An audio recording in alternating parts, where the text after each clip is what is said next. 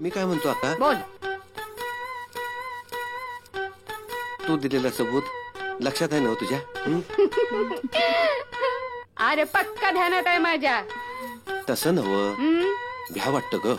कसलं भ्या वाटतंय? आता आहे का म्हणजे तुझा कसा राणीवाणी थाटमाट कसलं दिसते की नाही? माझी बहीण दिसते की नाही? राणीवाणी दिसते की नाही? काय बाबा, हाताखाली काय नोकर चाकर ते सोड, नवरा मांत्रिक, मंत्र मारलं की वस्तू उभी. काहीतरी. ये पण बाई, माझ्यासारख्या भावाला इसरायचं नाही, गरीब आहे म्हणून काय झालं? अरे नाही सणर. अक्का, मला सांग, काय? माझ्याशिवाय तुला आणि तुझ्याशिवाय आम्हाला तरी कोण आहे? सांग की, सांग की. वैर गजा. वय ना वय. तू एक काम कर, काय? प्रसाद आला उभी राहू नकोस. मग सरळ मुंडाळ्या बांधून मोकळी हो. मी तर मुंडावळ्या खिशात घालूनच फिरतोय. हे बघ, अजिबात काळजी करू नाही नये. नाही. अरे मी शब्दाची पक्की हाय. माझा प्रसाद तुझ्या प्रिया बरोबरच लगीन करेल. वय ना वय. आणि मला सांग, प्रसाद बरोबर लगीन करणारी दुसरी भाग्यवान कोण हाय? ए उठे, उठ. उठलास का? ए आईला मेला बिल की काय? हा,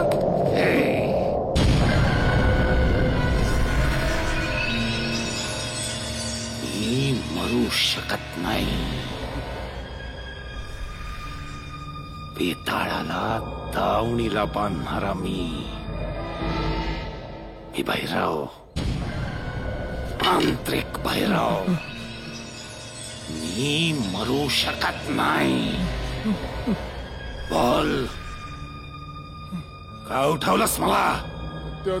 तुमचा मुलगा आलाय भेटायला.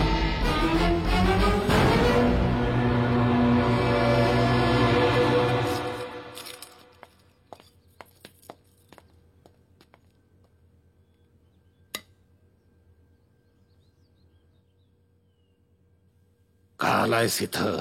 सांगितलं होतं मी तुम्हाला, या असल्या गोष्टी करू नका.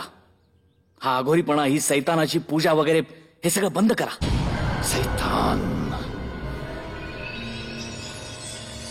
बेताळ माझं मूळ, स्मशान माझी कर्मभूमी. याच गोष्टीला कंटाळून मी निघून गेलो होतो इथनं. तुमचा कुणाचाही पाठिंबा नसताना स्वतःच्या जोरावर जिद्दीने शिकलो, डॉक्टर झालो. आता हात जोडून विनंती करतोय तुम्हाला, तुमचे हे सगळे धंदे बंद करा बाबा. हे भूत, भानामती वगैरे, ज्या गुप्त धनाची तुम्ही वाट बघताय ना, त्यापेक्षा अमूल्य अशी संपत्ती माझ्या रूपाने, तुमच्या मुलाच्या रूपाने तुमच्या समोर उभी आहे, त्याचा स्वीकार करा प्लीज. अरे हट!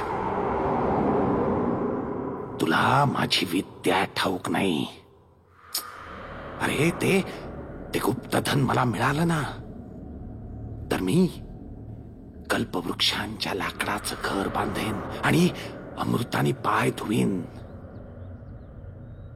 पण प्रसाद, तुला जर जगावर राज्य करायचं असेल ना, तर अजून हो म्हण. मी शिकवीन तुला माझी विद्या. एवढीच जर तुमची विद्या होती तर मग तुरुंगात कशाला पडलाय तुम्ही? त्या गौरीमुळे. गौरी? तिने पोलिसांना सांगितलं, पण मी सोडणार नाही मी. भैरव मांत्रिक म्हणतात मला. गौरी?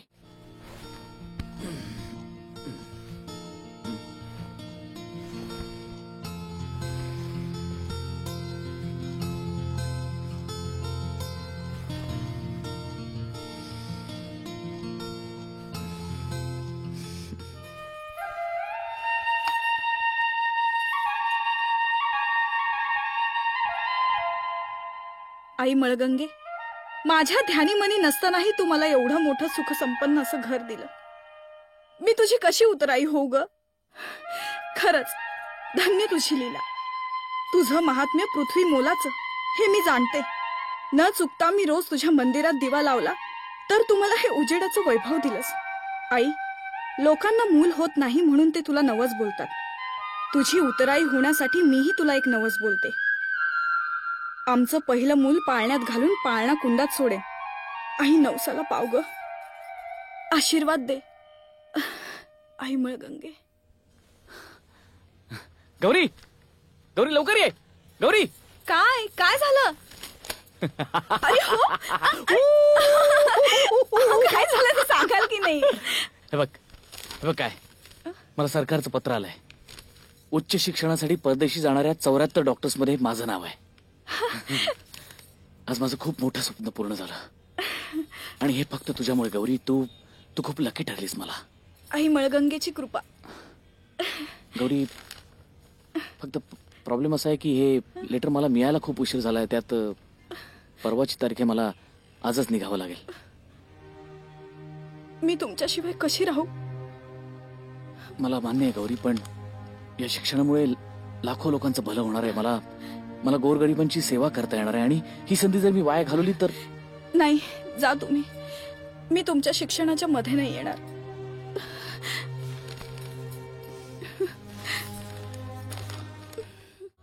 आई मळगंगे, तुझ्या कृपेने आज माझं उद्यापन पार पडतंय. पण मी तुम्हाला ओळखलं नाही. मी उमरतची, मी दरेवाडीची, मी धोलवडची, मी बेलापूरची, मी करंदीची, मी चिंचोलीची, मी इथलीच कुंडावरची. तुझ्या अवतीभवतीच असते. माझे पाय धुवून पाणी प्याली तरी बी मी तिचं उद्यापन होऊ देणार नाही.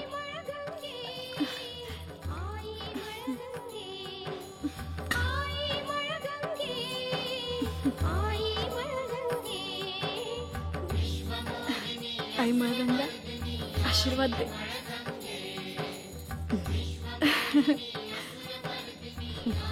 अजून तिला माहित नाही मी बाई नाही, रागाची लाही आहे लाही.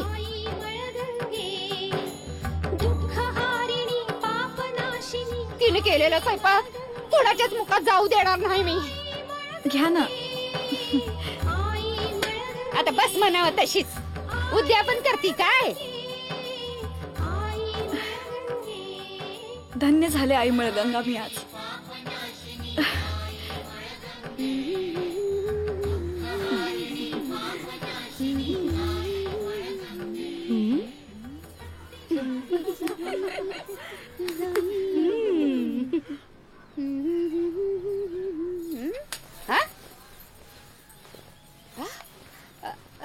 येतो हा आत्याबाई. स्वयंपाक अगदी छान होता. तुमची सून सुगरणच आहे. पण तुम्ही आत कसे गेलात?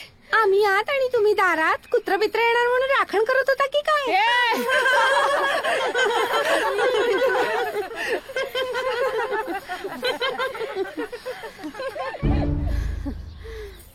बाबा बाहेर गेले.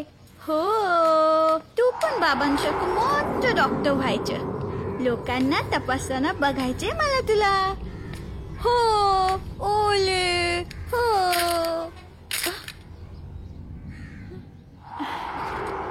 बघायचे त्यासाठी तू जिवंत राहिली पाहिजेस ना. मामनजी. ए चुप. एक शब्द नाही बोलायचा, फक्त ऐकून घ्यायचं. मी तुझा बळी देणार. कुंडातल्या धनासाठी बळी देणार. अहो पण मी देत असलेल्या बळीची सोडवणूक केली नसतीस ना, तर त्याच वेळी मला धन मिळालं असतं. मी राजा झालो असतो या गावाचा, पंचक्रोशीचा. सप्तपाताळांचं राज्य उपभोगलं असतं मी सैतानासारखं. पण तू तुझ्या पुढ्यात आलेलं ताट ओढलंस. आता नाही मी तुला सोडणार. माझा तळतळणारा आत्मा या रक्ताने शांत करणार आणि धनही मिळवणार. मामनजी. आता सगळे अडसर दूर झालेत माझ्या मार्गातले. आणि यातलं एक अक्षर जरी कुणाला सांगितलंस ना, तर हे तुझं चिमुरड आणि तुझा नवरा दोघही जिवंत नाही ठेवणार मी.